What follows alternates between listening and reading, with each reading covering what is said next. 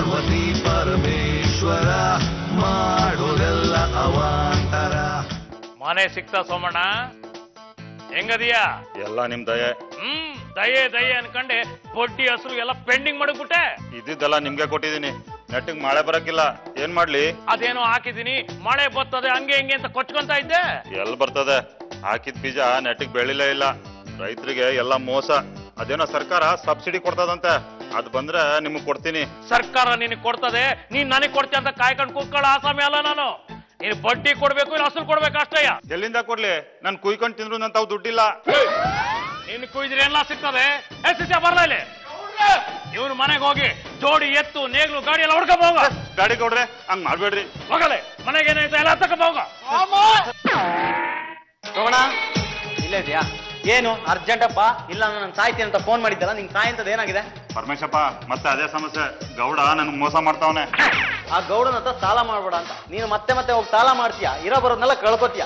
ಸಾಲ ಮಾಡ್ಕೊಂಡಿದ್ದಕ್ಕೆ ನಿನ್ನ ಹೆಂಡತಿ ಕತ್ತಲಿದ್ದ ಸರ ಏನಾಯ್ತು? ಅದು ಯಾವತ್ತೋ ಹೋಯ್ತು. 20,000 ರೂಪಾಯಿ ಸಾಲಕ್ಕೆ ಬಡ್ಡಿ ಸೇರಿಸಿ 50,000 ರೂಪಾಯಿ ಮಾಡಿ ನನ್ನ ಹೆಂಡತಿ ಸರನ ಸಾಲಕ್ಕೆ ವಜಾ ಮಾಡ್ಕೊಂಡ್ಬಿಟ್ಟ. ಸುಮ್ಮನೆ ತಾಳಿ ಒಂದಿದೆಯಲ್ಲ, ಅದನ್ನ ಕೊಡ್ಬೋದಲ್ಲ. ನನ್ನ ಹೆಂಡತಿನ ಕೇಳ್ದೆ, ತಾಳಿ ಕೇಳಿದ್ರೆ ಪರ್ಕೆ ತಗೊಂಡು ಹೊಡಿತೀನಿ ಅಂದ್ಲು. ಸುಮ್ನಾಗ್ಬಿಟ್ಟೆ. ಈಗೇನ್ ತೊಂದ್ರೆ? ನಮ್ಮೂರ್ ಗೌಡ ನಾನ್ ತಗೊಂಡಿದ್ ಸಾಲದ ಬಡ್ಡಿಗೆ ಅಂತ ನನ್ನ ಹತ್ರ ಇದ್ ನೇಗ್ಲು ಎತ್ತು ಹೊಲ ಎಲ್ಲ ತಗೊಂಡ್ಬಿಟ್ಟ. ನಾನೀಗ ಉಳುಮೆ ಮಾಡಕ್ ಏನ್ ಮಾಡ್ಲಿ? ಆ ಸಾಲ ಕೊಡೋನ್ ದುರಾಸೆ ಜಾಸ್ತಿ ಆಯ್ತು. ಸೋಮಣ್ಣ, ನೀನೇನಾದ್ರು ಬಿಡ. ನೋಡೋ, ಈ ಊರು ಹೊರಗೆ ನನ್ನ ಫ್ರೆಂಡ್ ಒಂದು ಫಾರ್ಮ್ ಹೌಸ್ ಇದೆ, ಅಲ್ಲಿಗೆ ನಾವು ಮಾಡೋಣ. ಮುಂದಿಂದು ನಾನ್ ನೋಡ್ಕೋತೀನಿ. ಸೋಮಣ್ಣನ ವಿಷಯ ನೋಡೋ, ತಲೆ ಮೇಲೆ ತಲೆ ಬಿದ್ರು ಈ ಗೌಡ ಅವ್ನ್ ಎತ್ತು ವಾಪಸ್ ಕೊಡೋದಿಲ್ಲ, ಅವ್ನ್ ಗಾಡಿ ವಾಪಸ್ ಕೊಡೋದಿಲ್ಲ, ಅವ್ನ್ ನೇಗ್ಲು ವಾಪಸ್ ಕೊಡೋದಿಲ್ಲ. ಏನ್ ಮಾಡ್ಕೊಂತಾನ ಮಾಡ್ಕೊಳ್ಳಿ. ಅವ್ನಿಗೆ ದರ್ದಿದ್ರೆ ನಂತ ಬಂದು ಕೂಲಿ ಮಾಡ್ಲಿ, ಒಂದು ಮುದ್ದೆ ಇಟ್ಟಾಕಿ ದಿನಕ್ಕೆ 100 ರೂಪಾಯಿ ಕೂಲಿ ಕೊಡ್ತೀನಿ. ಅಯ್ಯೋ, ನಿಮ್ ಇಟ್ಟು ಆಮ್ಲಿ ಯಾವ ನನ್ನ ಮಗ ಕಾಯ್ಕೊಂಡವ್ನ? ಏನೋ ಹೇಳ್ತಾ ಇದ್ದೆ ನೀನು? ಹೌದು ಗೌಡ್ರೆ, ಅವ್ನೇನ್ ಅನ್ಕೊಂಡವ್ನು ಗೊತ್ತಾ? ಯಾರೋ ಗೆಸ್ಟ್ ಹೌಸ್ಗೆ ದುಬೈ ಶೇಖ್ಗಳು ಬರ್ತಾರಂತೆ, ಮೈ ತುಂಬಾ ಚಿನ್ನ ಹಾಕೊಂಡವ್ರಂತೆ.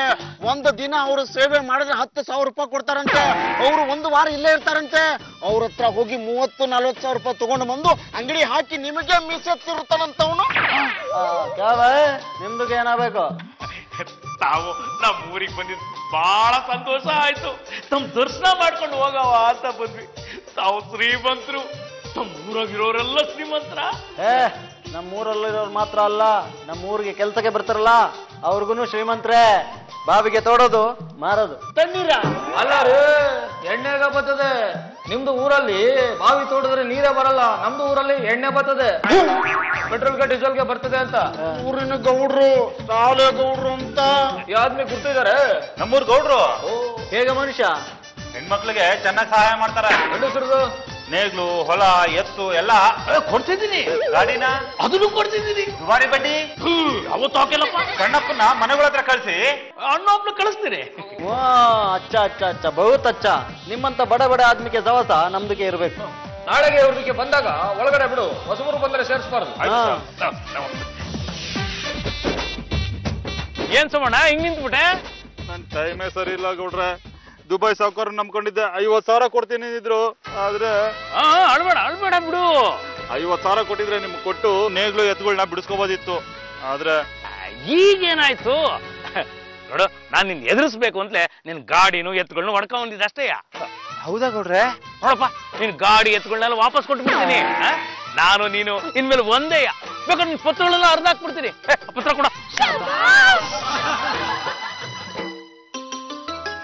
ಆಯ್ತಾ? ಅಯ್ಯೋ ಗೌಡ್ರೆ, ಇದ್ದಕ್ಕಿದ್ದಾಗ ಹೇಗ್ ಬದಲಾದ್ರಿ?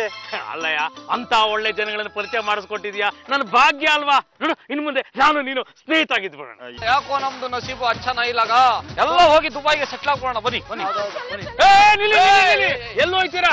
ಪೊಲೀಸರಿಗೆ ಕಂಪ್ಲೇಂಟ್ ಕೊಡೋಣ. ಅವ್ರು ಬಂದು ಕಳ್ಳ ಎಲ್ಲಿದ್ರು ಹುಡುಕ್ತಾರೆ. ನೀವು ಒಡವೆ ಎಲ್ಲ ಸಿಗ್ತದೆ. ಗೌಡ್ರೆ, ನಮ್ದಕ್ಕೆ ಚಿನ್ನ ಚಾಂದು ಸೋನಗೆ ಬೇಡ, ನಮ್ದಕ್ಕೆ ಬೇಕಾಗಿರೋದು ನ್ಯಾಯ. ಇಲ್ಲಿ ಒಂದು ಅನ್ಯಾಯ ನಡೀತಿದೆ ಅಂತ ಗೊತ್ತಾಯ್ತು, ಅದಕ್ಕೆ ಬಂದ್ವಿ.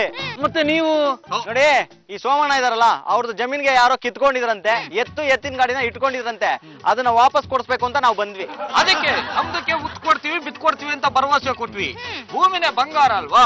ಅದಕ್ಕಿಂತ ಬಡ ಬಂಗಾರ ಯಾವ್ದಿದೆ? ಹಾಗಾದ್ರೆ ನೀವು? ನಾನು ನಟ ಭಯಂಕರ ಪರಮೇಶ್ವರ, ಇವನು ಲಾಯರ್ ಗುಂಡಣ್ಣ. ನಾವೆಲ್ಲರೂ ಸೇರ್ಕೊಂಡು ನಿಮಗೆ ಬುದ್ಧಿ ಕಲ್ಸ್ಬೇಕು ಅಂತ ಈ ರೀತಿ ನಾಟಕ ಆಡಿದ್ವಿ.